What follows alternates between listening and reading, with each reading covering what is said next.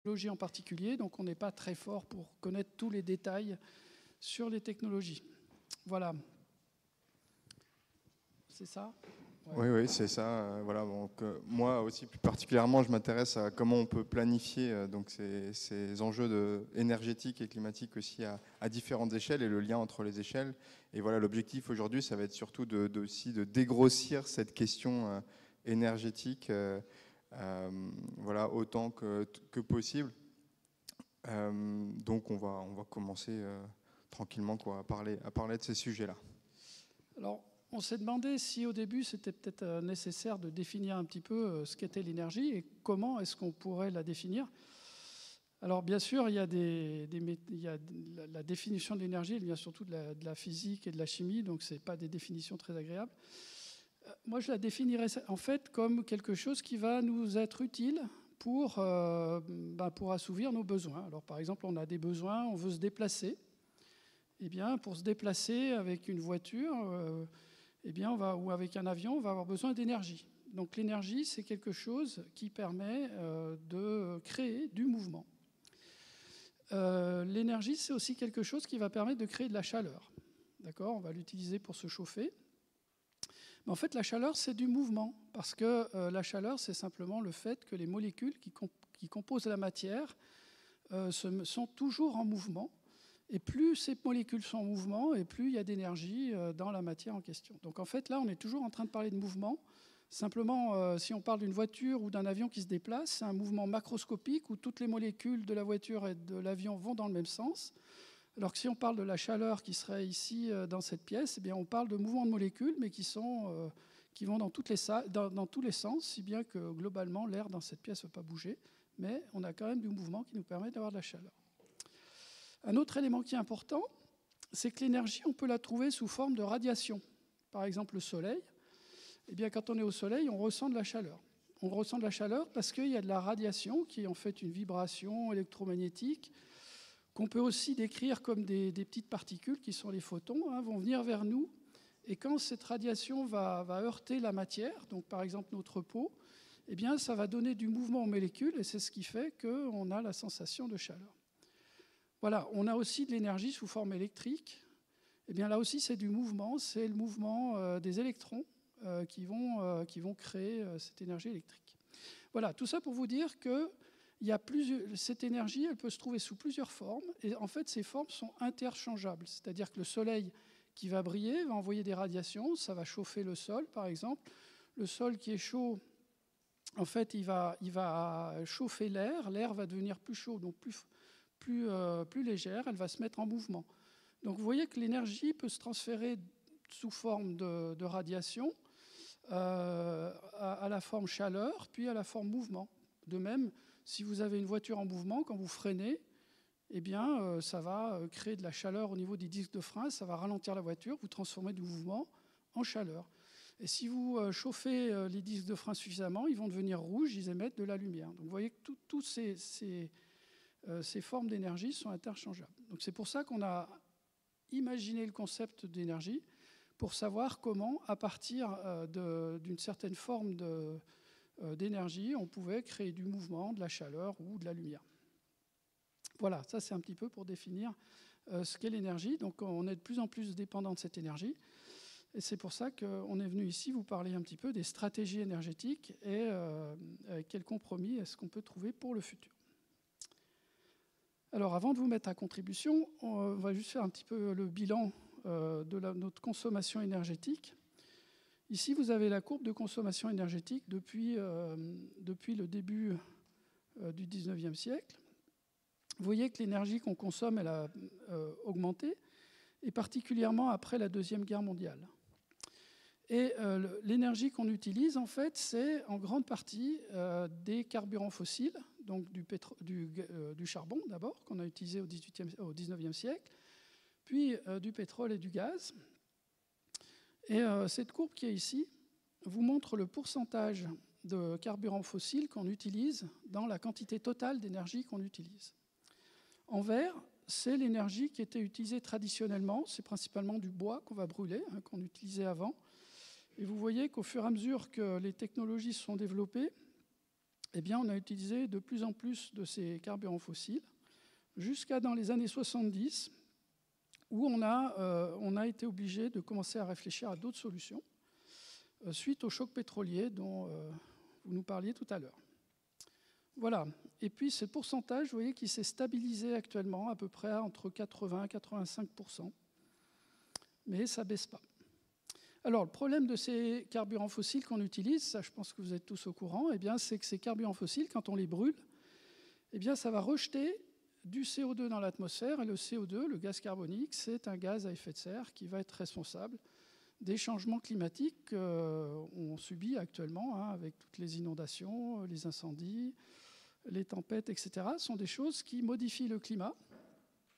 Et donc, on est maintenant tenu, si en tout cas on veut enrayer ces changements, eh bien de trouver des alternatives à l'utilisation de ces carburants fossiles.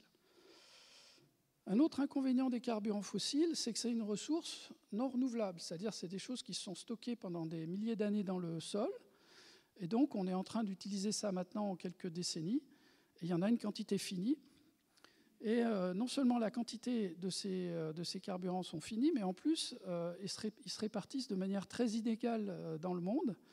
Et en particulier le pétrole, il n'y a que quelques pays producteurs de pétrole, alors qu'il y a beaucoup plus de pays qui en ont besoin. Donc ça crée des tensions géopolitiques, ça crée des tensions économiques, et ça déstabilise notre économie. Donc ça aussi, c'est une raison pour laquelle on aimerait bien pouvoir se passer de ces carburants fossiles. Voilà. Donc maintenant, c'est à vous de faire la conférence. Avec Florian, on voulait vous demander, à votre avis, quelles sont les autres sources d'énergie qu'on pourrait utiliser. Alors, je suis sûr que vous en avez entendu parler, donc il ne faut pas hésiter. Oui ? On va juste demander de parler dans le micro, parce que comme c'est enregistré, oui, ça permettra à tout le monde d'entendre. Le nucléaire, mais maintenant, il faut me dire quel avantage ça a pour vous et quel désavantage. Ça ne pollue pas. Il y a le risque, naturellement, qu'il y ait une atteinte nucléaire, mais ça, on ne l'envisage pas vraiment. Alors, et donc, il ne pollue pas. Ça ne pollue pas, le nucléaire. Puis voilà. Non, vous n'êtes pas d'accord? Non, vous n'êtes pas d'accord? On est embêté. Oui.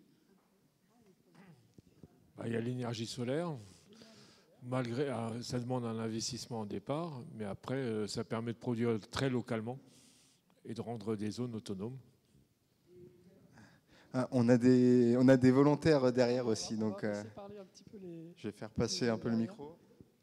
Alors on est d'accord, il faut que vous arriviez à me donner les avantages et les inconvénients, hein. Il ne suffit pas de me dire comme ça. Il y a toutes les énergies renouvelables qui c'est plus utile parce qu'on peut du coup les renouveler et qui sont moins polluantes que les énergies non renouvelables du coup. Parmi les énergies renouvelables, par exemple, il y a l'énergie éolienne qui est produite avec les éoliennes. C'est renouvelable, mais par contre, ça gâche un peu la vue, et il y a aussi des oiseaux qui peuvent se prendre les... Alors si je résume, on a du nucléaire, on a des problèmes de déchets, on a des éoliennes, il y a des problèmes d'oiseaux et de paysages. Il y a l'énergie hydraulique.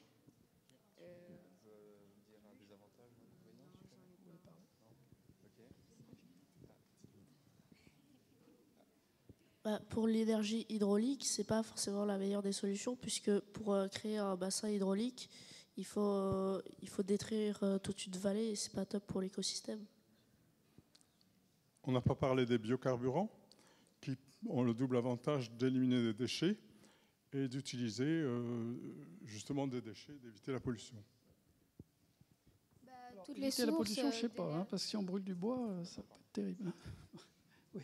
Toutes les sources d'énergie polluent, même si elles sont renouvelables. Logiquement, à la fabrication, ça pollue. Super. Bon, on a fini. Hein, oui. La récupération de la chaleur fatale. Oui. Alors, c'est pas vraiment une production d'énergie. Non, mais c'est de la chaleur qui est gaspillée, qui ne sert à rien, alors que si on l'a récupérée, c'est de l'énergie gratuite, ou presque.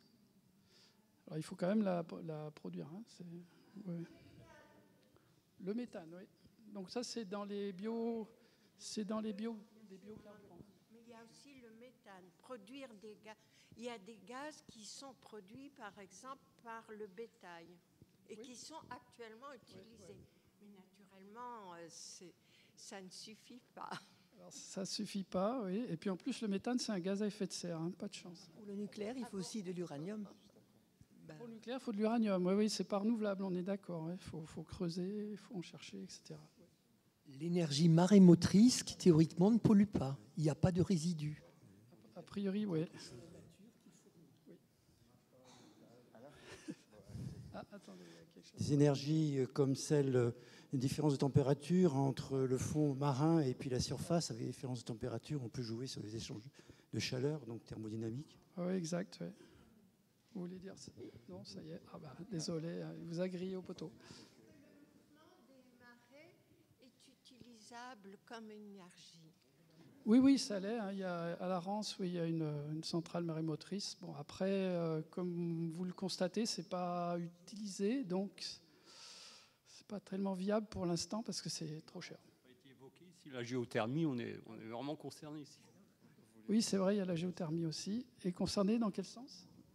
Par les secousses sismiques aussi. Par les secousses sismiques. Oui. Les vagues. Oui, c'est un peu comme l'énergie de l'océan. Oui, je suis d'accord. Bon, merci beaucoup. Donc, ce qu'on peut constater, c'est qu'à chaque fois qu'on va citer une énergie, on va toujours trouver un inconvénient. On va vous dire nucléaire, d'accord, c'est risqué. L'hydroélectrique, c'est bien, mais pour l'environnement, c'est pas terrible. Ça détruit des vallées. Pour la biodiversité, c'est pas bien. Le solaire, pour le produire, ça fait beaucoup de dégâts sur l'environnement. L'éolien, pareil. En plus, le solaire, l'éolien, on va le voir dans le paysage. On n'a peut-être pas envie de voir ça. Alors, si on commence à raisonner comme ça, c'est fini. On ne fait plus rien, donc on garde nos énergies fossiles. D'où le titre de cette conférence. Quel compromis? L'idée, c'est, et ce n'est pas nous, aujourd'hui, qui allons vous dire quelle est la meilleure solution. On n'en est pas capable. Parce que le compromis à trouver, il doit venir de vous. Nous, ce qu'on va essayer de faire, c'est d'essayer de vous dire quels sont les avantages et les inconvénients de chacune de ces manières de produire de l'énergie, de façon à ce que vous puissiez, vous, trouver le meilleur compromis pour faire un vrai choix. D'accord? Donc c'est ça l'idée. Alors si on va simplement revenir très brièvement un petit peu sur ce qu'on a dit. Alors on n'a pas mis ici de manière exhaustive toutes les sources d'énergie, mais on a parlé de nucléaire. Alors l'avantage du nucléaire, si on résume, ça a une grosse capacité à produire de l'électricité. Un petit peu d'uranium produit beaucoup d'énergie. Il y a très peu de carbone qui est émis. Il y en a un petit peu quand même, mais pas beaucoup. Donc ça, c'est à cause du béton, par exemple, pour créer la centrale. C'est l'exploitation et le transport du minerai. Bon. Et puis, c'est une source pilotable. Alors, ce qu'on entend par source pilotable, c'est que quand on a besoin d'électricité, on peut remettre la centrale un peu plus forte. Et en théorie, si la centrale n'est pas trop vieille et puis qu'elle peut réagir, la centrale nucléaire peut suivre notre demande électrique qui va fluctuer d'une heure à l'autre. Ça, c'est quand même un avantage. Les inconvénients. Alors, c'est une énergie qui est non renouvelable, c'est-à-dire qu'on va avoir besoin d'uranium, et exactement comme le carburant fossile, eh bien, cet uranium, il est produit par relativement peu de pays. Ici, il y a la carte qui vous montre quels sont les pays qui en produisent le plus. En particulier, vous voyez que c'est la Russie. Donc, par les temps qui courent, c'est pas forcément la meilleure option. Il y a le risque d'incident. Alors, on est d'accord, ça ne risque pas de faire boum comme une bombe atomique, mais on l'a déjà vu à Tchernobyl, à Fukushima, il y a risque de fusion du cœur. S'il n'y a plus d'eau pour le refroidir, on ne peut pas l'arrêter. Et puis là, il perce le radier, c'est-à-dire il va percer, et s'il va trop bas, il rentre dans le sol, et après, ça fout de la radioactivité partout. Donc, c'est quand même pas négligeable. Et puis, il y a le problème du stockage des déchets, à savoir qu'on n'a toujours pas de solution actuellement où les gens seraient d'accord d'avoir quelque part, pas très loin de chez eux, des déchets stockés. Alors, ensuite, on a évoqué l'hydroélectrique. Alors là, par contre, c'est une énergie renouvelable. Ça émet très peu de carbone. Il y a un petit peu de carbone parce que le fait qu'on fasse stagner de l'eau fait qu'il y a un petit peu plus d'activité bactérienne et ça émet un peu de méthane. Donc il y a quand même un petit peu de carbone. Hein. C'est une source pilotable. Quand on a besoin d'énergie, on ouvre les vannes, on turbine, donc ça suit parfaitement la demande électrique. Et ça peut être utilisé pour stocker de l'énergie. C'est-à-dire que si on met des pompes, donc quand on a besoin d'énergie, on peut turbiner de l'eau à la descente, et avec les pompes, on peut recharger le barrage si on a un système qui est basé sur 2 barrages. Alors les inconvénients, c'est qu'on ne peut pas produire une quantité énorme d'énergie, c'est-à-dire qu'on est limité par notre système hydrologique. Et en France, typiquement, on commence à saturer gentiment et c'est difficile de produire plus d'énergie à partir d'hydroélectrique. Et puis, il est clair que ça a des effets négatifs sur l'environnement. Alors là, j'ai pris cette photo pour vous montrer, mais alors sur les gros barrages, hein, en Chine, par exemple, il y a eu des dégâts, ou le barrage sur le Nil, à Assouan, ça a fait quand même beaucoup de dégâts sur la biodiversité. Voilà, vous avez évoqué la biomasse. Alors, il y a plusieurs types de biomasse. Hein. On peut d'abord utiliser la biomasse en la brûlant, comme par exemple le bois ou certains déchets agricoles, les déchets de canne à sucre, par exemple. Ou on peut faire fermenter ces déchets pour obtenir du gaz, du biogaz, et c'est ce biogaz qu'on va brûler pour obtenir de l'énergie. Alors, les avantages, c'est que c'est une énergie renouvelable. Il y a très peu de carbone parce que, bien sûr, on va brûler de la matière vivante, donc, enfin, qui n'est plus en vie, bien sûr, mais ça va produire du carbone. Mais comme on va replanter les plantes qu'on a fait brûler, eh bien, le carbone va être recapté et remis dans le cycle naturel. Donc, le bilan, au final, sera très faible en émissions carbone. Il y a néanmoins un problème avec le biogaz qu'on évoquait tout à l'heure. Si on produit du méthane, il faut être sûr qu'on contrôle bien toutes les fuites, parce que sinon, le méthane qui est rejeté dans l'atmosphère est un gaz à effet de serre très puissant. Alors, l'avantage aussi, c'est une source pilotable, c'est-à-dire qu'on va pouvoir charger de bois nos chaudières de manière plus ou moins importante. On va pouvoir, générer de l'électricité un petit peu à la demande, hein, que ce soit avec du gaz ou d'autres carburants. Inconvénient, ça va demander beaucoup d'espace au sol. Alors quand je dis, ce n'est pas les installations qui sont ici en photo, hein, c'est toutes les plantes qu'il va falloir faire pousser. C'est-à-dire que pour créer la même quantité d'énergie, je vous montrerai tout à l'heure, qu'un panneau solaire par exemple, il va falloir beaucoup plus d'espace parce qu'il y a une partie d'énergie solaire qui est récupérée par les plantes pour croître. Donc il faut beaucoup de surface au sol. Et puis voilà, ces biogaz émettent des polluants. Donc si on brûle du bois, ça émet des particules qui sont cancérigènes. Il faut les filtrer. Ce n'est pas toujours évident. Et puis on a ces rejets de méthane, hein, qui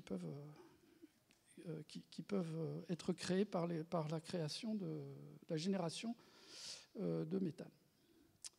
Voilà, le solaire et l'éolien, ici, on l'a mis ensemble parce qu'il y a à peu près les mêmes avantages et inconvénients. Donc, ce sont des énergies renouvelables, bas carbone. Il y a un petit peu de carbone qui est émis quand on fabrique les panneaux solaires et les éoliennes.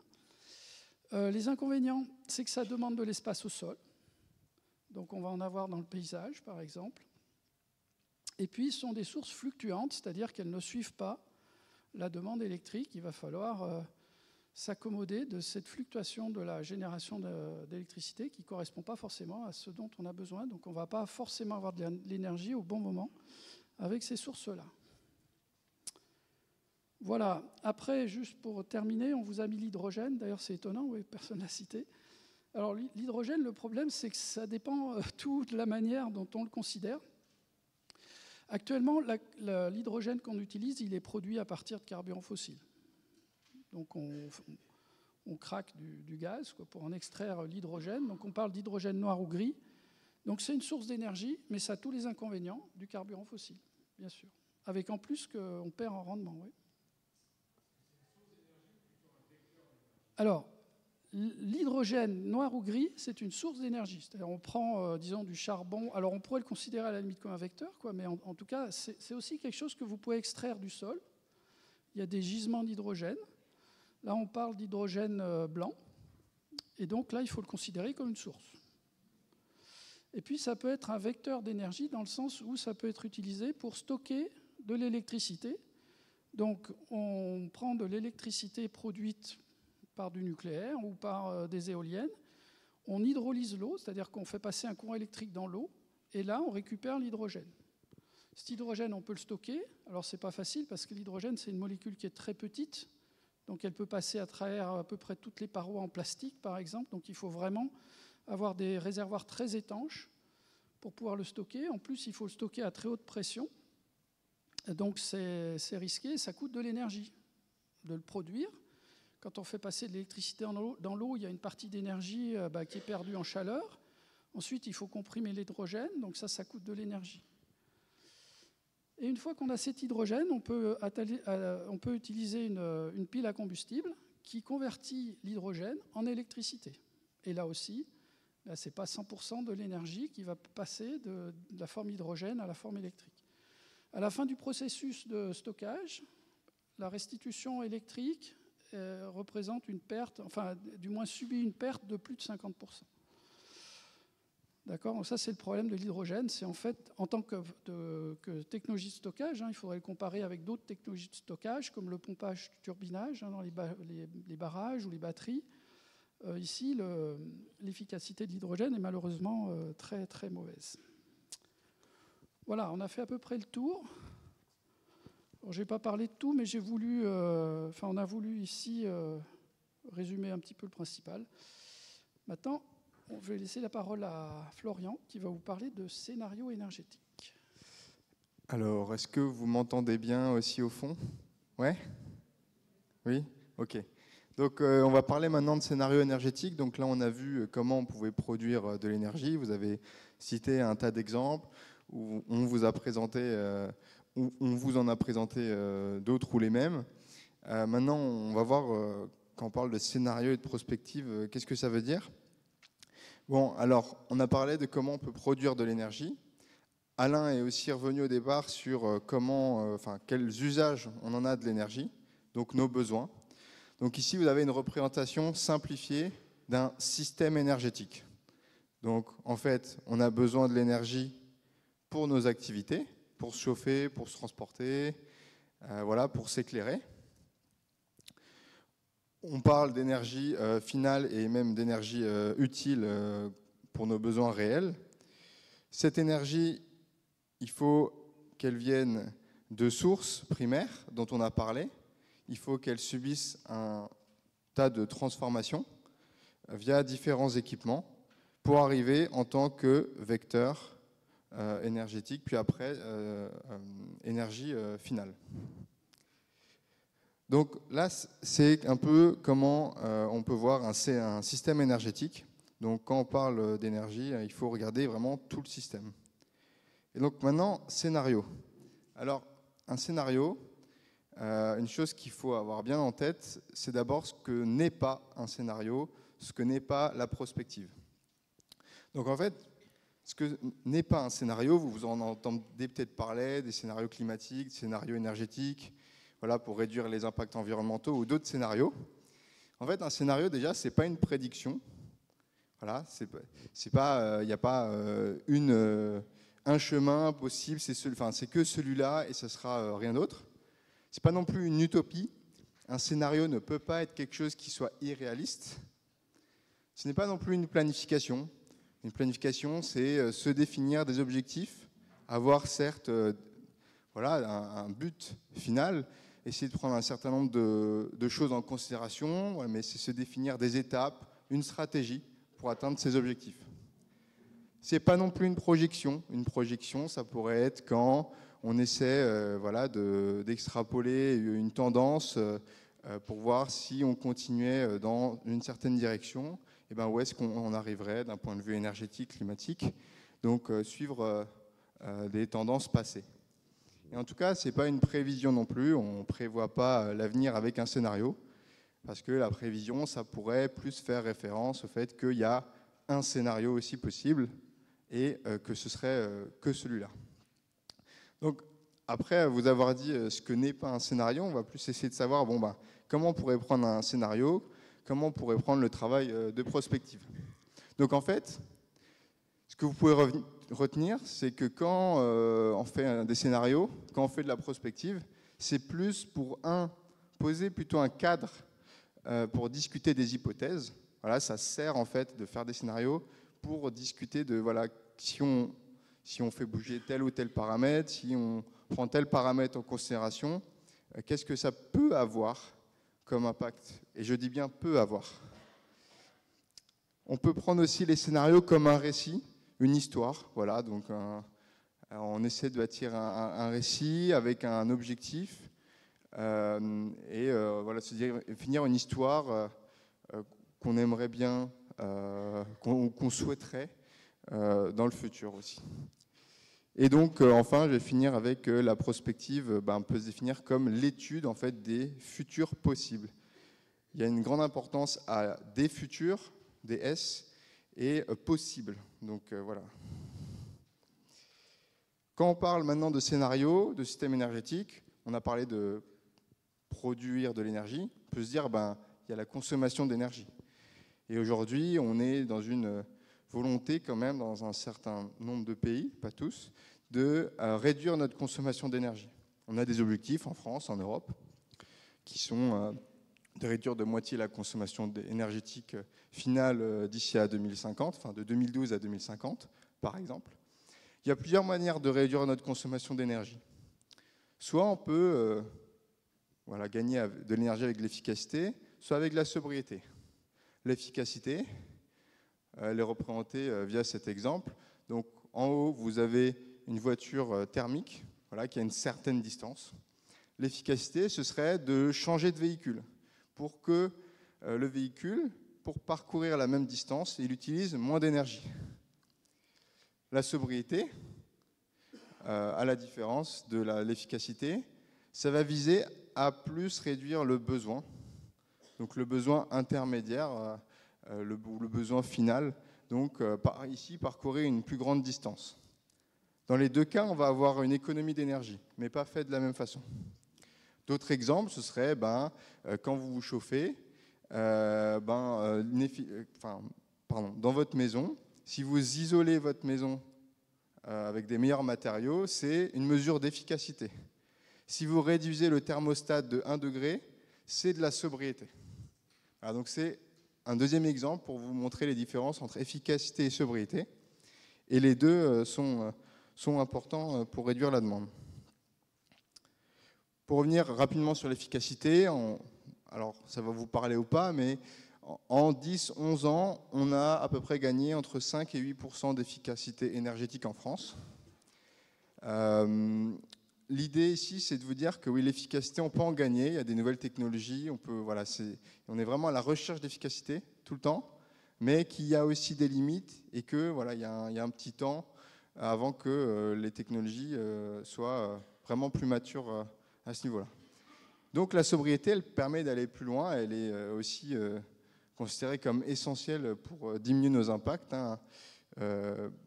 Un des élèves avant a dit il n'y a aucune solution parfaite, pas polluante. Donc ça rejoint cette notion de sobriété qui est on peut diminuer aussi la demande finale pour diminuer les impacts. Là, j'ai mis quelques chiffres sur combien représenterait un gain de moins 1 degré de chauffage en Europe. Alors c'est des quantités assez folles. Si tout le monde se chauffait à peu près de moins 1 degré en Europe, c'est une estimation, ça représenterait 10 fois la consommation énergétique du Rhin, 240 TWh de gaz naturel, ça va peut-être moins vous parler, 3/4 de la consommation du gaz en France. Voilà, on a quand même des gros ordres de grandeur quand on parle de sobriété énergétique, et ça juste avec 1 degré de différence en moins. Et l'idée aussi, c'est de vous dire que la sobriété et l'efficacité, ça peut aller ensemble, et qu'il y a des co-bénéfices, par exemple sur votre santé, par exemple économique. Voilà, par exemple, quand on a... une des mesures où j'ai des chiffres plutôt parlants, c'est que si on baisse la vitesse sur l'autoroute de 130 à 110 km/h, en termes de gains, je parle juste en termes de gains, on a des gains environnementaux, on émet beaucoup moins de gaz à effet de serre. On a un gain sur le porte-monnaie, à peu près moins 7, moins 8% en termes d'économie d'essence. Et pour 8 minutes en plus sur 100 km. Donc vous voyez, c'est une balance entre si on est prêt à avoir ce genre de mesures, mais c'est pour vous donner juste des ordres de grandeur. Donc on a parlé de scénarios, de ce que ça veut dire, de consommation énergétique. Peut-être vous avez entendu parler des scénarios de l'ADEME, qui sont des scénarios proposés pour atteindre la neutralité carbone. Alors, je vous disais, c'est un récit en fait, un scénario. C'est une histoire. Et ils ont construit comme ça 3 grandes histoires. Une histoire plutôt qui s'intitule Génération frugale, dans laquelle on va limiter nos besoins au maximum. Voilà, vivre beaucoup plus simplement. La deuxième qui est la coopération territoriale, où on va fonctionner par communauté de taille un peu intermédiaire. Un scénario dit technologie verte, où on va beaucoup miser sur l'efficacité énergétique, on va beaucoup miser sur les énergies renouvelables, sur toutes les mesures d'efficacité possibles. Et on a un scénario qui s'appelle Paris réparateur, qui vise à beaucoup moins réduire notre consommation d'énergie, à beaucoup moins limiter notre consommation de viande, à beaucoup moins limiter certains usages, et à parier sur des technologies qui sont, peut-être à l'heure actuelle, moins matures. Ces scénarios, il y en a d'autres faits par d'autres instituts, et je vous invite à aller consulter un site qui s'appelle Comprendre 2050, qui a combiné tous les scénarios par les grands organismes en France qui font ça. Voilà, donc Negawatt, The Shift Project, RTE, le scénario officiel et l'ADEME ont été compilés sur un site internet où vous pouvez voir rapidement leurs différences. Et donc là, vous voyez qu'on a plusieurs histoires, plusieurs scénarios. C'est bien ça qu'il faut prendre, comment il faut prendre les scénarios, comme des histoires.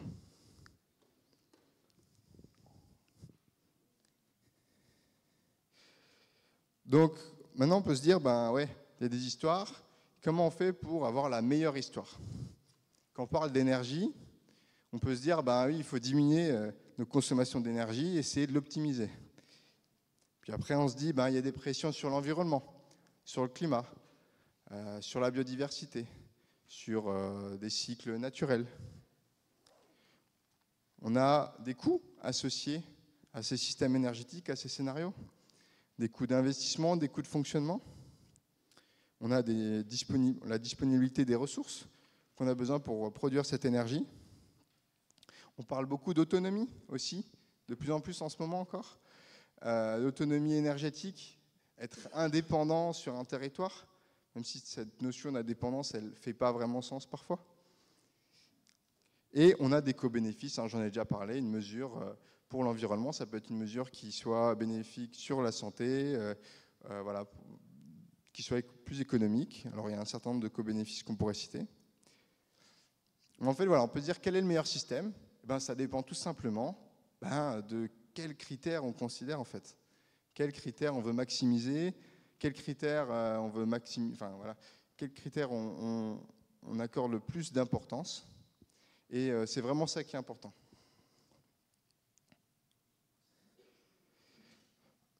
Ouais. Merci. Voilà. Donc, la première partie du message qu'on voudrait vous faire passer aujourd'hui, c'était le fait que le choix est une question de compromis, c'est-à-dire on ne va pas trouver de solution idéale. Donc c'est à vous de sous-peser parmi les critères, par exemple, que Florian a présentés, lesquels sont les plus importants pour vous, de façon à faire un vrai choix.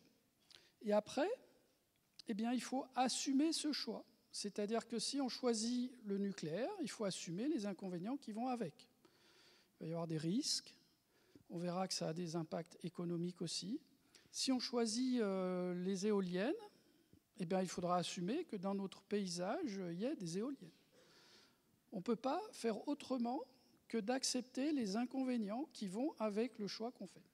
D'accord ? Donc il y a un vrai enjeu à comprendre les avantages et les inconvénients de chaque solution.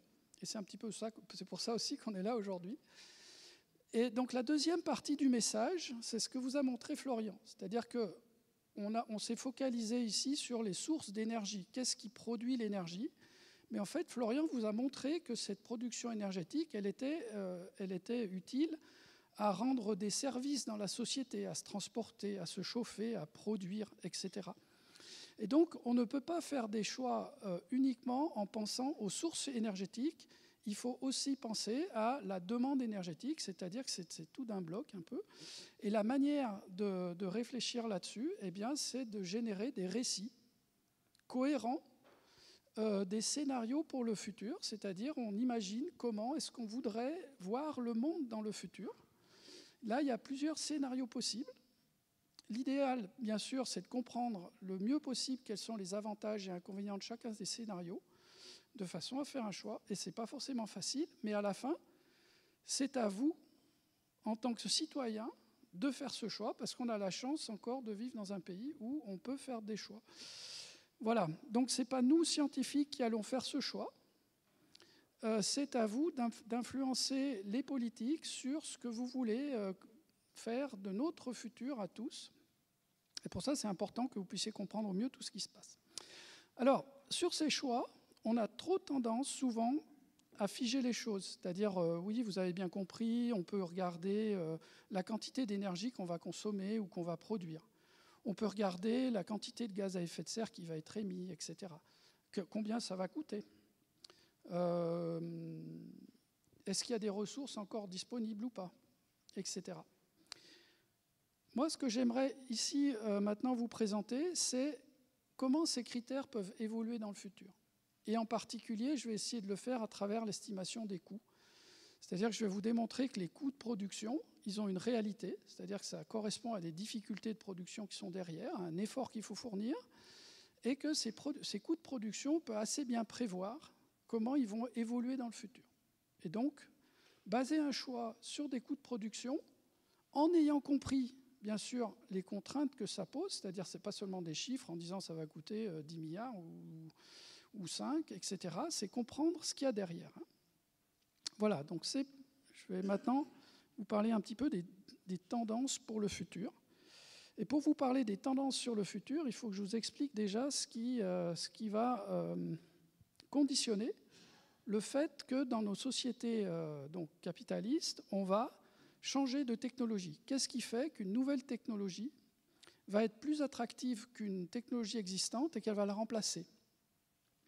Et donc ça, c'est un phénomène qu'on observe depuis le début de l'ère industrielle, et même avant, où les technologies se sont progressivement substituées les unes aux autres. Et donc, pour qu'une technologie remplace une autre technologie, il faut qu'elle soit plus attractive. Alors, pour être plus attractive, au début, en général, elle est plus chère à l'achat, mais elle va offrir quelque chose en plus. Alors, par exemple, ici, là, les avions, il y en a un qui va aller plus vite que l'autre, donc on va se dire, tiens, c'est plus sympa d'aller plus vite, je suis prêt à payer plus pour ça. Ou alors, ça peut être des technologies qui sont plus économiques à l'usage. C'est-à-dire que s'il y a un avion ici qui consomme moins que l'autre, il sera peut-être plus cher à l'achat, mais je vais pouvoir me rembourser après. Voilà. Et ce qu'on observe, eh bien, c'est une diminution en pourcentage de l'ancienne technologie progressive, et puis une augmentation progressive de la nouvelle technologie avec ses courbes en S. Et le temps de la substitution, il peut varier en fonction d'une technologie à l'autre, en fonction de la situation. Ça peut aller de quelques années à plusieurs décennies. Par exemple, ce splendide téléphone smartphone a remplacé très rapidement les versions Nokia, Ericsson, BlackBerry, dont peut-être les jeunes, là, ne savent même pas de quoi on parle. Et ça s'est fait très rapidement. Par contre, si on parle de bâtiments, un bâtiment, c'est une durée de vie très longue. Avant de casser un bâtiment et puis de le renouveler, ça va prendre beaucoup plus de temps. Alors, une fois que donc, ce que je voulais commenter, c'était le graphique de droite, là. En fait, voilà, donc il y a dans le choix d'une nouvelle technologie beaucoup de choses qui ont trait à son utilisation. C'est-à-dire, une technologie va apporter quelque chose en plus, ou elle va être moins chère, et ça va dépendre, bien sûr, beaucoup de l'énergie et des matières premières qui sont utiles à l'utilisation de la technologie, par exemple du carburant.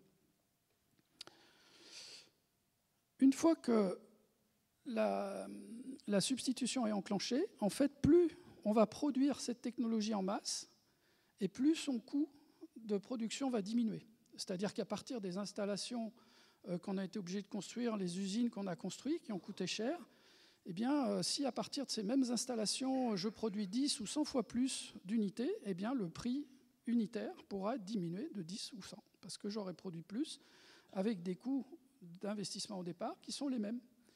Et donc, ce qu'on va voir, c'est progressivement le nombre d'unités produites qui va augmenter, et au fur et à mesure que le nombre d'unités produites va pouvoir être vendu, eh bien, le prix unitaire de chaque unité produite donc, va diminuer, jusqu'au moment où la nouvelle technologie aura un prix moins cher que l'ancienne, et là, c'est foutu pour l'ancienne, qui va disparaître définitivement. Voilà, donc ce qui veut dire que dans ce qui conditionne les choix, et en particulier ce qui va conditionner l'attractivité, eh bien, ça va dépendre des coûts de production, qui, eux, dépendent aussi d'énergie et de matières premières nécessaires pour produire une voiture, par exemple, l'acier pour la produire, et puis l'utilisation. Donc là, ça sera l'essence pour faire fonctionner l'automobile.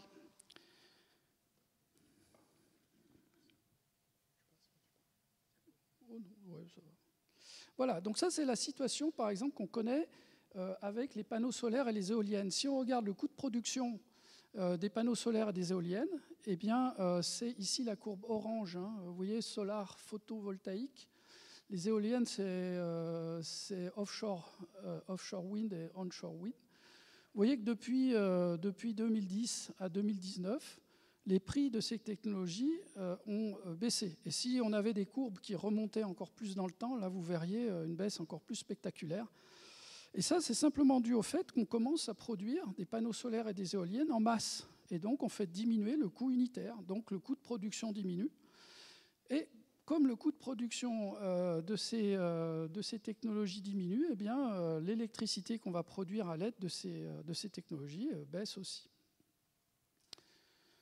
Voilà, donc ça, c'est simplement l'effet de masse, hein, l'effet d'échelle. Alors, cet effet d'échelle, il peut être limité.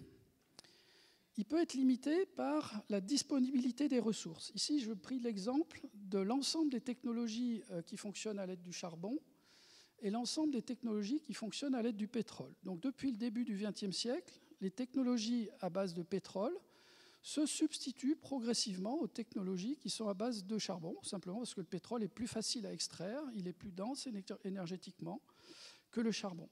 Et donc on voit une augmentation ici, la courbe en marron gris moyenne, voilà celle-ci, qui augmente progressivement alors que celle du charbon diminue, ce qui indique qu'on est en phase de substitution.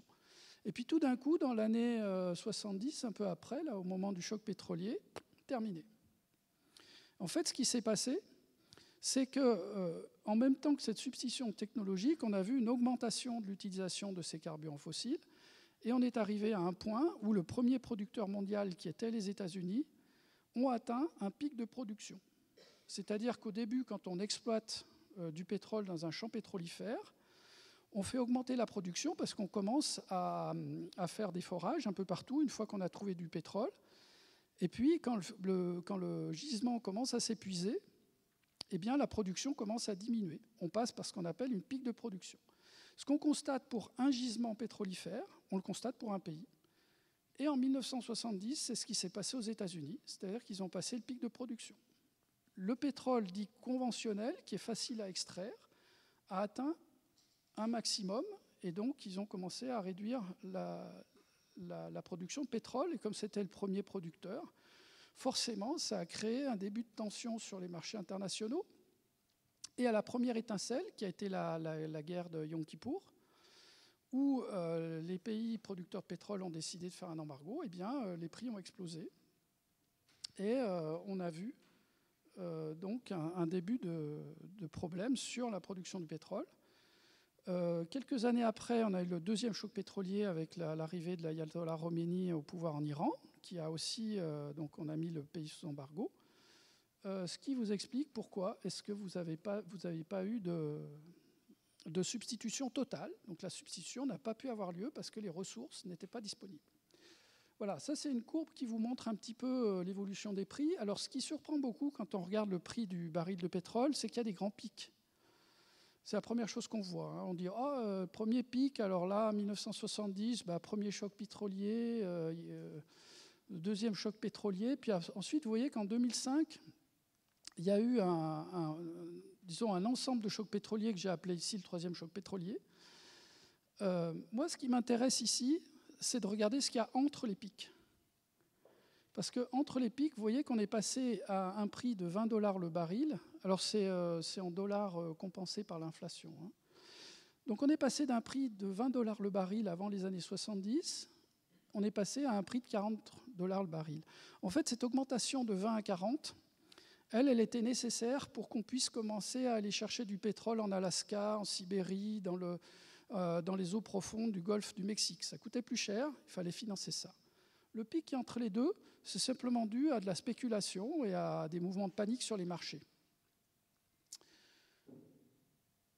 En 2005, en fait, ce qui s'est passé là, c'est que la Chine a commencé à augmenter son activité économique d'une façon très intense.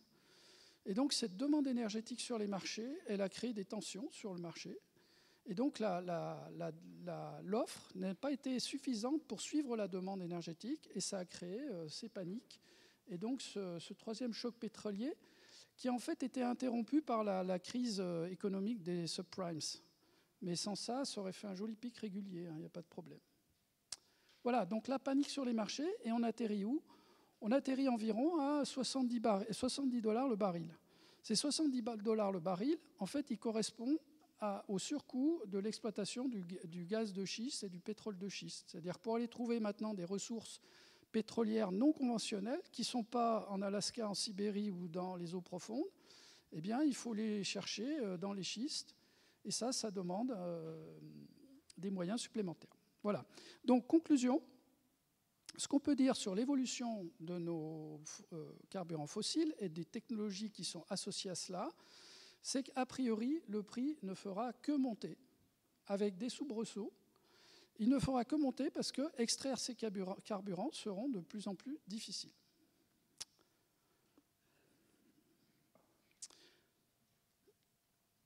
Alors, une limitation possible est liée à l'espace. Je vous ai dit tout à l'heure, l'éolien, le solaire, ça demande de l'espace au sol. Et effectivement, l'espace au sol, il n'est pas infini. On en a besoin pour habiter, pour nos routes, on en a besoin pour notre agriculture, donc on ne peut pas disposer comme ça de l'espace au sol comme on veut. Et ça, c'est un des inconvénients des ressources solaires et éoliennes. Ici, on a fait une petite estimation de regarder la surface qui serait nécessaire d'utiliser pour fournir toute la région Grand Est. Donc le cercle, tous les cercles sont à l'échelle ici. Donc le cercle qui est sur la carte, c'est la surface de la région Grand Est, qui correspond à la surface de la carte. Et puis à gauche, vous avez la surface qui serait nécessaire pour des éoliennes pour produire toute l'électricité. Même chose pour les panneaux photovoltaïques. Donc vous voyez qu'on est entre 1,5 et 2% du territoire, en gros 2,5%, ça commence à être pas mal. Ça voudrait dire qu'on verrait des éoliennes un peu partout et des panneaux solaires aussi. Alors on peut utiliser les toits pour mettre les panneaux solaires, les parkings. Là, on a comptabilisé tout ça là-dedans. Les éoliennes, on pourrait imaginer qu'on peut les mettre en mer aussi, mais bon, vu que là, on n'a pas de mer dans la région Grand Est, c'est pas le cas. Mais ça, c'est pour vous dire qu'effectivement, c'est un facteur limitant. Et dans les récits qu'on va devoir se raconter, si on se raconte un récit où on veut consommer encore plus d'énergie parce qu'on estime que notre développement économique a besoin de cela, eh bien, ces solutions-là vont vite être limitées. Par contre, si on raconte un récit où on veut faire diminuer notre demande énergétique et qu'on pense qu'il y a des solutions économiques de le faire, alors ces solutions-là sont tout à fait viables parce que ce sont les moins chères actuellement. Alors, je vous ai juste comparé ici, alors j'ai que les résultats pour Cuba, je suis désolé. Il se trouve qu'à Cuba, une des planifications, c'est d'utiliser non pas le soleil, alors qu'ils en ont beaucoup, mais les résidus de la canne à sucre qui s'appelle la bagasse. Donc l'idée, c'est de brûler la bagasse, faire de l'électricité. Alors ça, le rendement, il est absolument nul. Et si on voulait fournir toute l'île de Cuba en électricité, il faudrait une surface qui serait plus grande que le pays, quoi. Alors, entre le rond bleu et le rond rouge, c'est l'incertitude qu'on a, entre autres, sur la rentabilité, la productivité agricole. Tout dépend du nombre d'intrants qu'on va utiliser pour produire notre sucre. Et comme Cuba est sous embargo, pour l'instant, ils n'ont pas beaucoup d'intrants pour augmenter leur production.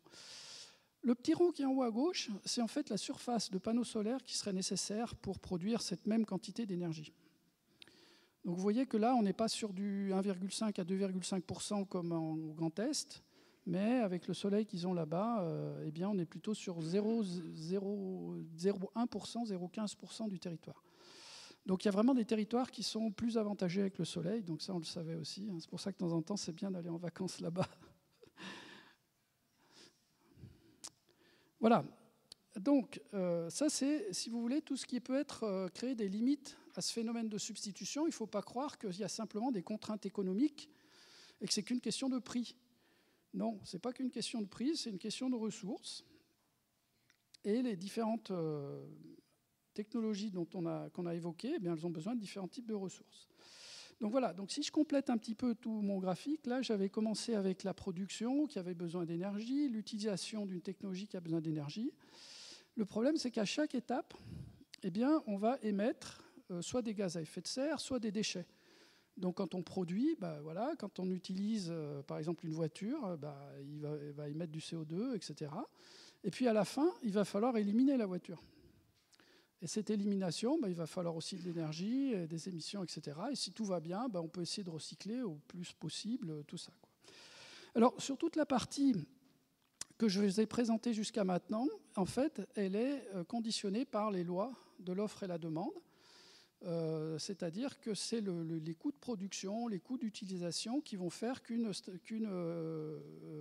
technologie va être attractive, va pouvoir se lancer sur le marché ou pas. Bien sûr, si l'énergie nécessaire à l'utilisation ou à la production de cette technologie n'est pas disponible, ça va faire grimper les prix. C'est ce qu'on voit avec le pétrole actuellement. Par contre, tout ce que j'ai encadré en plus foncé, en plus épais, eh bien, ce sont des éléments qui ne sont pas pris en compte par les lois du marché. La seule manière de prendre en compte ces éléments, eh bien, c'est de légiférer, c'est-à-dire qu'il faut que l'État, la société, donne des subsides ou taxes au choix, ou les deux, de façon à tenir compte du fait que certaines technologies vont être plus difficiles à éliminer, parce que ça va coûter à la société à la fin, donc c'est normal aussi de payer pour ça, ou alors qu'il y a des émissions et des déchets qui sont produits. Donc voilà, donc la loi du marché telle qu'elle est actuellement en fonctionnement, elle ne tient pas compte de ça. Pour tenir compte de ça, il faut des lois.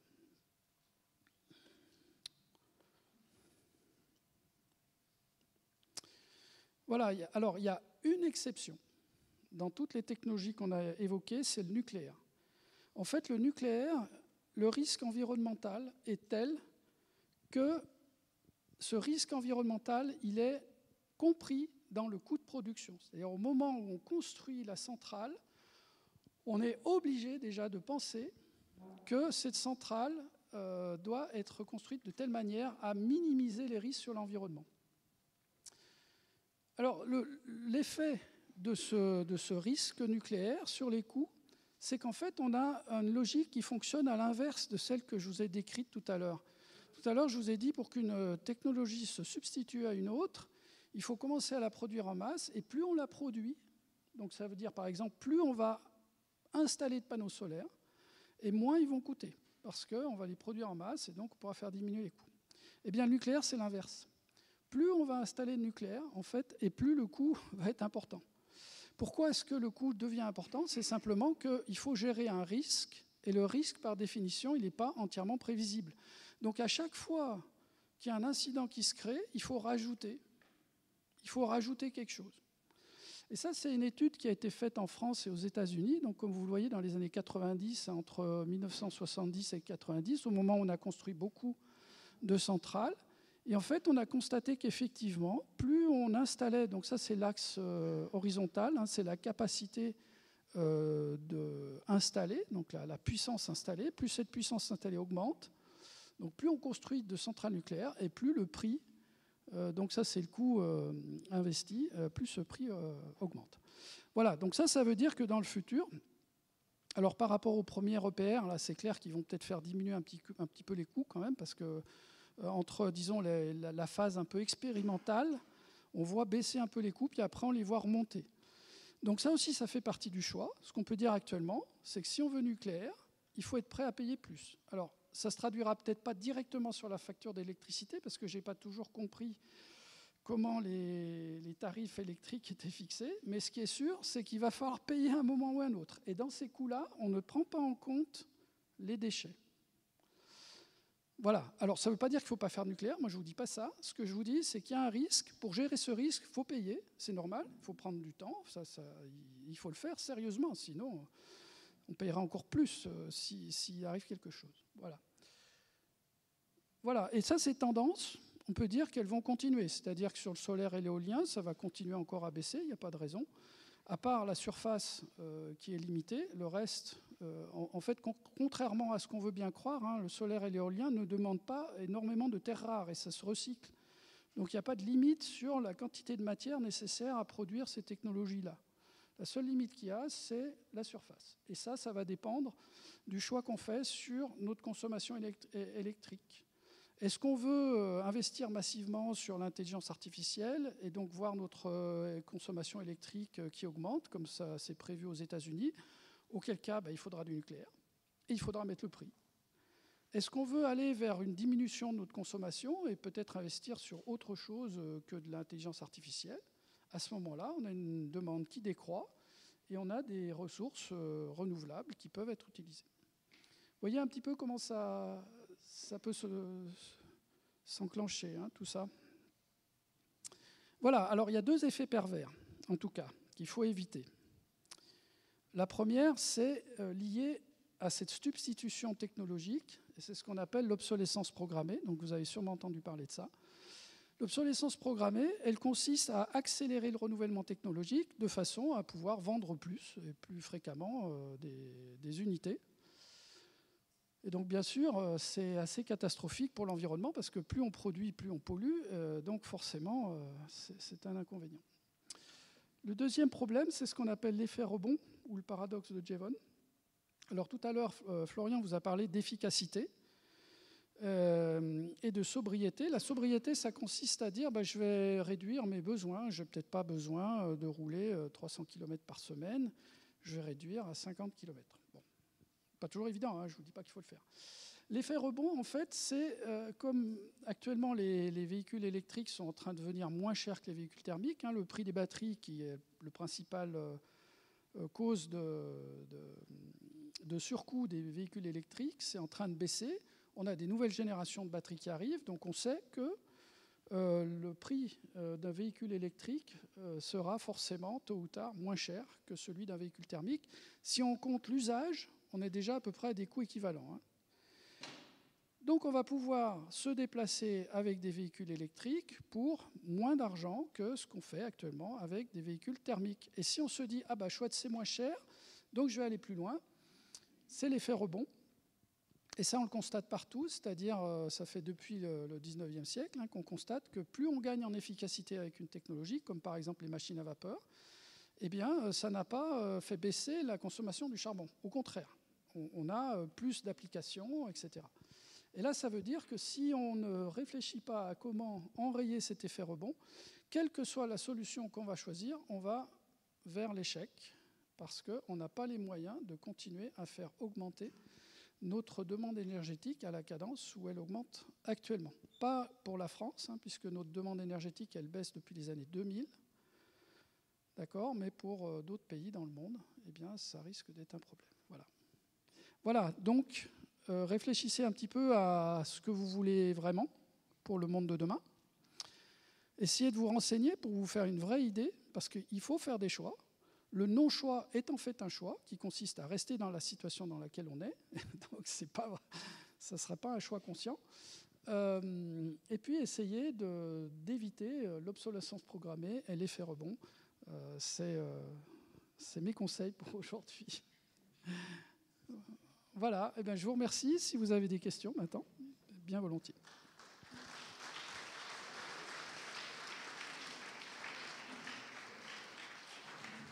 Merci donc à nos deux présentateurs. Maintenant, la parole est à la salle qui a une première question. Oui, merci. Je me demandais par rapport... est-ce que si, par exemple, si toute la France adoptait un des scénarios et choisissait, par exemple, de passer totalement au vert, est-ce que ça suffirait si c'était que la France? Ou est-ce que la France pourrait le faire toute seule? Ou est-ce qu'il faudrait que les autres pays y participent, que tout le monde s'y mette ensemble? Oui. Alors, je pense que les scénarios verts, une des caractéristiques des scénarios qu'on pourrait classer dans les scénarios verts, c'est d'atteindre beaucoup plus d'autonomie. Donc on réfléchit beaucoup à comment produire de l'énergie localement et de faire en sorte d'éviter de faire appel aux régions qui sont aux alentours, simplement parce que donc on fait appel à des sources fluctuantes qui ne vont pas être capables d'émettre au bon moment. Et donc si on s'amuse à essayer de vendre notre énergie à l'extérieur, on n'est pas sûr que ça va tomber au bon moment. Et donc les prix sont non seulement bas, mais quelquefois négatifs. Donc je pense que si on est dans cette volonté, il faut aller vers une diminution de la demande énergétique en jouant sur l'efficacité, mais aussi sur la sobriété. Et à ce moment-là, bien sûr, les ressources françaises sont suffisantes pour faire fonctionner le pays sans problème. Mais il faut aller vers la sobriété et l'efficacité. Sinon, on est dans la logique où il faut produire plus d'énergie, peut-être faire appel aux autres. Et en tout cas, on aimerait bien éviter d'être dépendant en ce qui concerne les carburants fossiles et d'avoir à choisir entre les États-Unis et la Russie, par exemple. Ça serait pas mal. Une autre question? Oui, monsieur, après madame.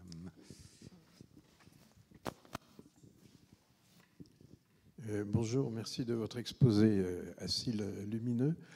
Il me semble quand même qu'il y a un point sur lequel vous n'avez pas du tout, dont vous n'avez pas du tout parlé, c'est le temps de latence. C'est-à-dire que, par exemple, on dit que si on voulait se lancer dans un scénario nucléaire, pour remplacer toutes les... il faudrait, je sais pas, on dit 30 ans, 40 ans, alors que si on fait des énergies plus simples, eh bien, en 10 ans, c'est fait. Donc, est-ce que vous avez une manière d'en tenir compte aussi claire que ce que vous avez dit sur le coût financier et tout ça?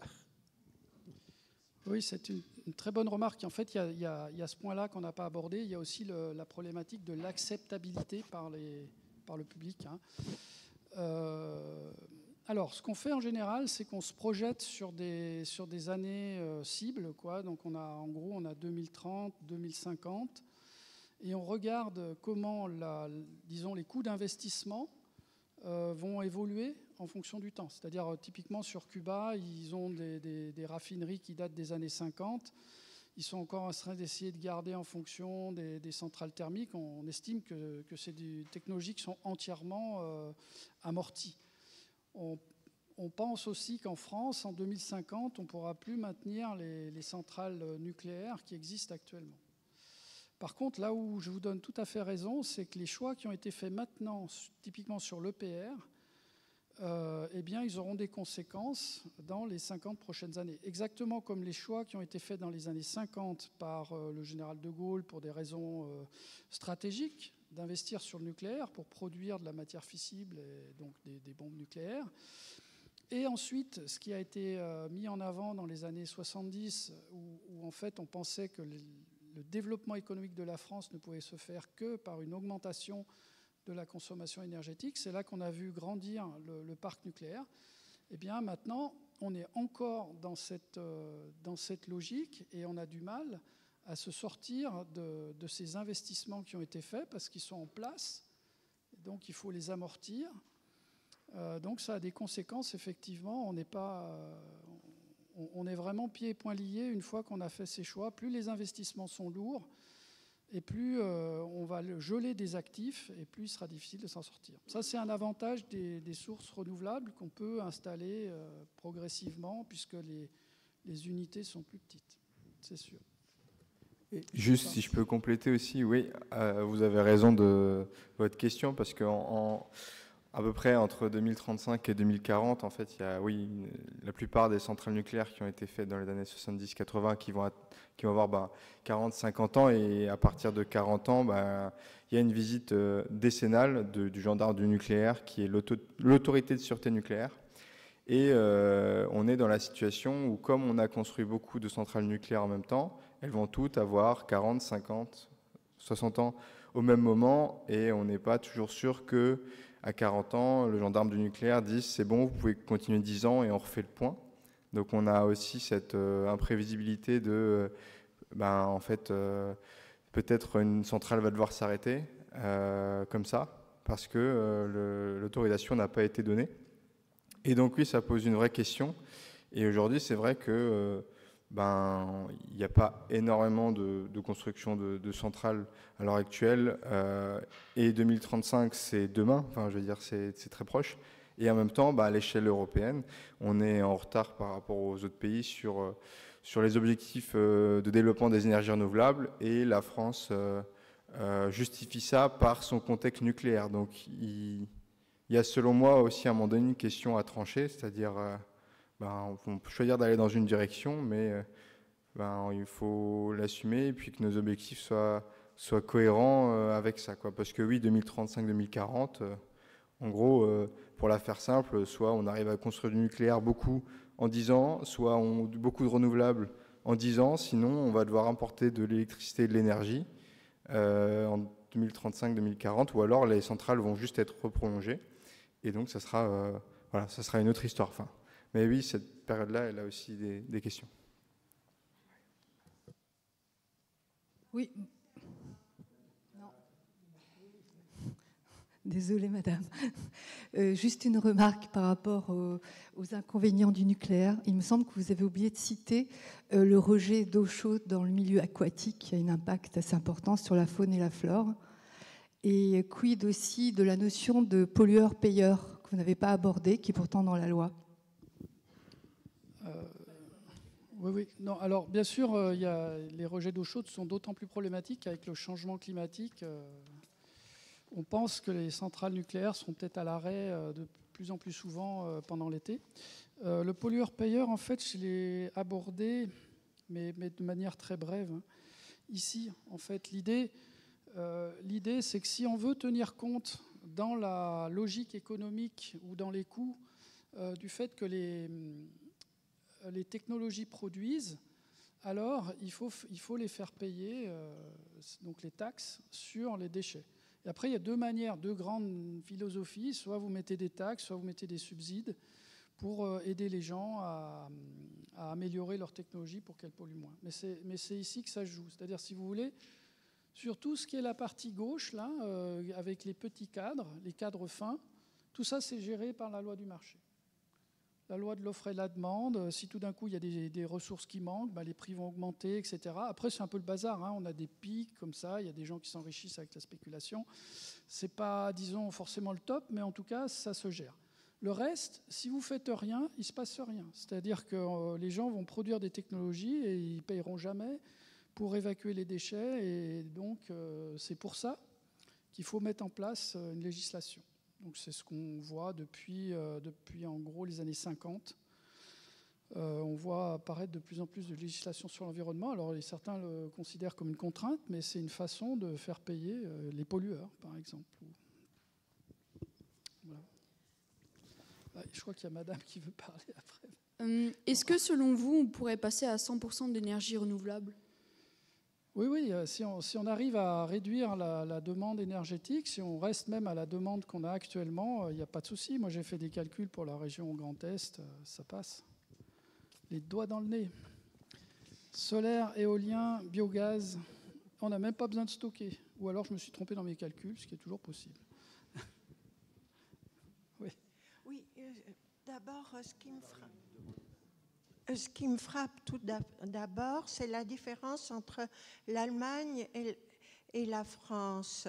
Pour les besoins de la société civile, l'Allemagne n'a pas besoin de centrales nucléaires. Mais d'autre part, en plus des besoins des individus qui composent les sociétés, il y a les besoins des nouvelles technologies et tout particulièrement de la dernière qu'on appelle l'IA.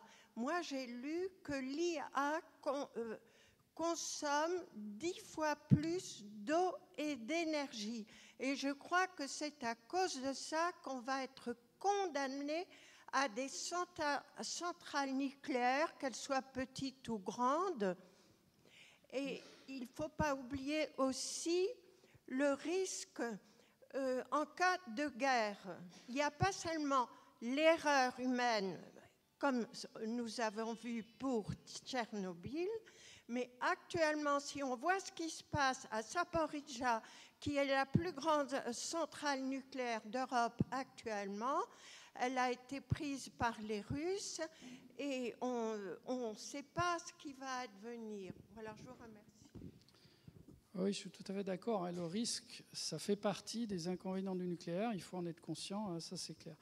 Après, ce que vous dites sur l'IA, c'est très intéressant parce que, en fait, par exemple, quand j'ai commencé à essayer de voir quelles pouvaient être les prévisions de la demande énergétique dans la région Grand Est ou en France, j'ai été surpris de voir que depuis les années 2000, l'énergie totale consommée en France diminue, l'énergie électrique aussi diminue.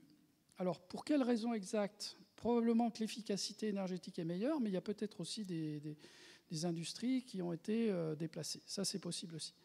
Toujours est-il qu'on n'est pas actuellement dans une dynamique économique qui se base sur l'augmentation de notre consommation comme c'était dans les années 70. Et puis en parlant avec mon fils qui travaille dans le domaine énergétique, il me dit « mais arrête d'utiliser l'IA, aux États-Unis ils sont en train de prévoir qu'il va y avoir une explosion de la demande électrique à cause de ça ». Et on voit bien ce qui s'est passé récemment. Donc effectivement, une nouvelle technologie qui arrive sur le marché, elle peut être consommatrice d'énergie et c'est ce fameux un peu effet rebond. Moi, j'ai vu passer un article encore récemment, très sérieux, où elle a montré, dans cet article, les scientifiques montrent que l'utilisation de l'IA diminue le nombre de connexions qu'on a dans le cerveau. C'est-à-dire qu'on perd en capacité de rédiger, de réfléchir. Donc après, moi je me dis, non mais l'IA c'est bien, hein, moi je l'utilise aussi, mais c'est peut-être aussi, on a à réfléchir un petit peu sur la société dans laquelle on veut vivre. Typiquement, si vous prenez le vélo pour faire 5 km au lieu de prendre la voiture, ça va être bénéfique pour la santé, on fera diminuer les maladies cardiovasculaires et en plus, on fait diminuer la pollution. L'IA, c'est un peu pareil. On n'a peut-être pas besoin d'une capacité de calcul aussi énorme pour faire la moindre chose sous forme d'IA. Moi, j'ai encore à titre confidentiel, j'ai dû évaluer un projet de recherche et on a l'impression qu'on met de l'IA à toutes les sauces. Je dis, je veux bien, mais je sais pas, bon, moi je commence à être âgé, mais quand j'ai commencé ma carrière, on avait une puissance de calcul limitée, il y avait peu de mémoire, on faisait attention à pas trop utiliser tout ça. Maintenant, parce qu'il y a des puissances qui sont disponibles, alors on les utilise. Donc, moi, c'est là où je crois qu'il y a un vrai choix. Il y a un vrai choix à faire qui passe par une réglementation, parce que si on ne règle pas ça, on ne légifère pas, eh bien, ça sera la loi du plus fort, ça sera les gens qui veulent faire beaucoup d'argent avec ça, qui pourront le faire en vendant des choses qui ne sont même pas forcément très utiles pour nous et qui peuvent même être néfastes. Donc, voilà, c'est pour ça que l'histoire des scénarios que Florian a expliqué, du récit, moi je crois qu'il est là. Et c'est à nous de construire finalement notre imaginaire sur ce qu'on veut faire de cette société. Et c'est dans cette direction qu'il faut aller après, assumer les conséquences. Donc voilà, est-ce qu'il faut de l'IA? Est-ce qu'il faut de la 5G? Ça, c'est des vraies questions. Oui, bonjour. J'ai deux questions. On n'a pas parlé de la fusion nucléaire. Est-ce qu'il y a du potentiel dans cette technologie ou pas? Enfin, je ne sais pas quelles sont les avancées à ce niveau-là. C'est le premier point. Et le deuxième point, le fameux peak oil, d'après ce que j'ai lu, il y a du 2006, les exploitants de pétrole disent ne vous inquiétez pas, il y aura toujours ce qu'il faut. Donc est-ce qu'on l'a dépassé? Est-ce que... Enfin voilà. Merci.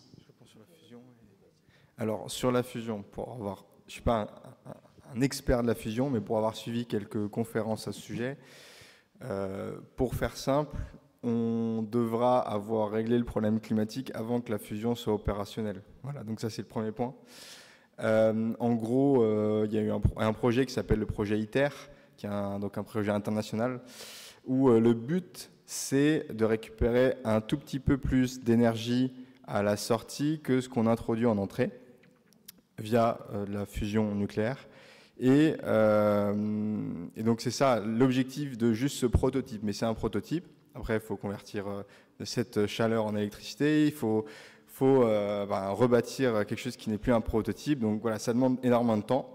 Bon, les Chinois ont dit, même si on est dans le projet international, on va faire nos centrales à fusion à nous, donc ils ont déjà commencé. Mais bon, dans l'optique, c'était attendre que le prototype, voir s'il marche, et puis après, on fait le reste. Mais ce ne sera pas dans les délais. Donc ce sera pour l'après, mais du coup, on peut se poser la question, est-ce que ça a un sens vu que les délais sont trop longs et qu'on devrait avoir trouvé des solutions avant? Et la deuxième question, c'est si on a de l'énergie qui émet moins de déchets et la plus grande quantité, c'est une question plus éthique. Hein. Est-ce que c'est bien d'avoir de l'énergie infinie avec, entre guillemets, moins d'impact, même si on a vu qu'en fait, il y a toujours des impacts, juste ils sont décalés ou différents. Donc voilà, c'est un peu mes 2 points. C'est sur les délais, de ce que j'ai vu, ça viendra trop tard pour le problème climatique et si on reste que là-dessus. Et puis après, la question, qu'est-ce qu'on fait de ces sources d'énergie si elles sont vraiment, vraiment moins polluantes ou centralisées? Enfin, il y a d'autres questions, quoi. Et puis sur la deuxième question, je vais laisser Alain. Juste pour compléter ce que tu dis, supposons que ça fonctionne demain. Super, on a une source quasi infinie d'énergie. Mais ce n'est pas le seul problème qu'on a sur les bras. On a un problème général de nos ressources, c'est-à-dire le cuivre, je ne parle pas des terres rares, des métaux comme le lithium, etc.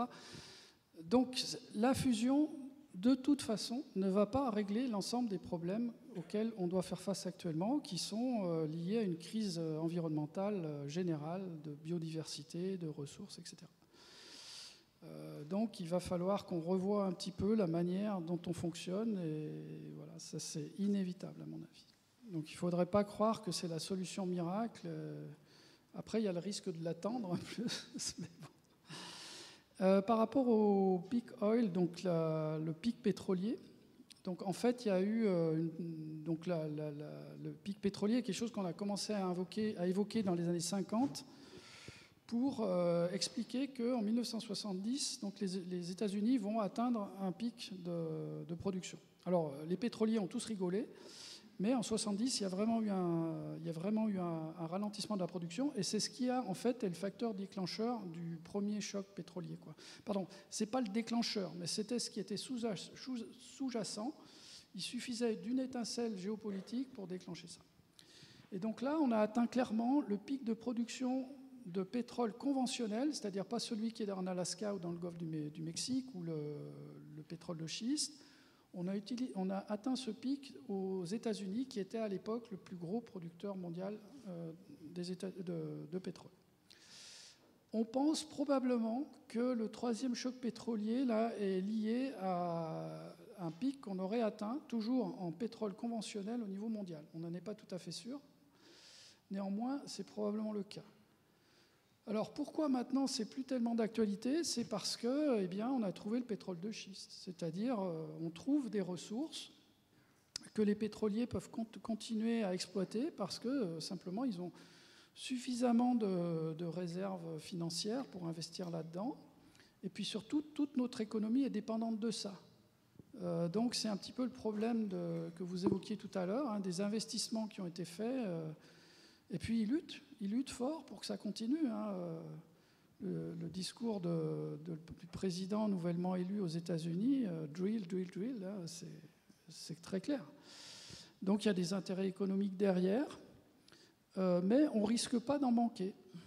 On a de la ressource. Et le problème maintenant, ce n'est pas tellement la ressource, c'est le prix que ça coûte pour l'extraire, et puis les dégâts environnementaux que ça fait. Voilà, il est temps de la dernière question, parce que le temps passe vite. Madame. Donc, une question courte. Donc, merci pour cette conférence éclairante dans laquelle vous avez mis bien en évidence le rôle de chacun d'entre nous pour faire des choix, participer donc à des choix qui vont être sur des compromis, selon moi, de mix énergétique. Donc, qu'est-ce que vous pourriez nous dire de la manière de conduire des débats publics sur ces questions pour qu'en tant que citoyen, on se positionne, et à quelle échelle territoriale pertinente, puisque notre pays est un pays centralisé, nos voisins sont des pays fédéraux, donc quid notamment de votre expérience dans le Grand Est? Moi, je pense que la clé, et là je vous rejoins totalement, hein, c'est que vous puissiez faire un choix éclairé. Et pour faire un choix éclairé, vous voyez que c'est quand même pas si simple que ça. Là, on vous a présenté qu'un petit morceau du problème. Il faut que l'on fasse, nous, scientifiques, plus d'efforts. Et dans des assemblées comme celle-là, pour vous mettre dans les mains vraiment tous ces avantages et ces inconvénients, pour que vous puissiez faire un choix en connaissance de cause. L'initiative citoyenne, moi je trouvais que c'était très intéressant, hein, donc qu'il y ait des scientifiques qui viennent s'adresser à un panel de citoyens. Et on voyait qu'à l'issue de toutes ces explications, déjà les citoyens étaient prêts à prendre des décisions sans les ressentir comme une, comment on appelle ça, l'écologie punitive. Voilà. Donc moi je crois qu'on a besoin de comprendre ce qui se passe. Donc ce qui nous fait peur actuellement, c'est un petit peu ce qui se passe sur les réseaux sociaux et cette liberté de parole sur les réseaux sociaux qui est en train d'envahir les choses. Et on a un certain nombre de gens qui se laissent embrigader dans des argumentations qui ne sont pas scientifiques, qui reposent sur rien. Donc c'est un peu pour ça aussi que je suis là aujourd'hui, que Florian est là aujourd'hui, pour vous essayer de vous démontrer sur quelles sont les bases de ce que nous, on réfléchit, parce que c'est toujours basé sur quelque chose. Ce n'est pas simplement notre envie, vous voyez. Donc voilà, donc moi je dirais l'échelle Grand Est, super, Strasbourg, super. Ce qu'il faut, c'est que nous, scientifiques, on arrive à parler à des gens comme vous, à vous expliquer tout ça, et que vous ayez la volonté de vous y intéresser. C'est important. Y compris les plus jeunes, bien sûr, ça c'est super important. Voilà, et c'est chose faite cet après-midi. Merci à vous deux, Alain et Florian. On vous donne rendez-vous la semaine prochaine pour un tout autre sujet sur la santé dans nos assiettes avec Mélanie Deschazeaux.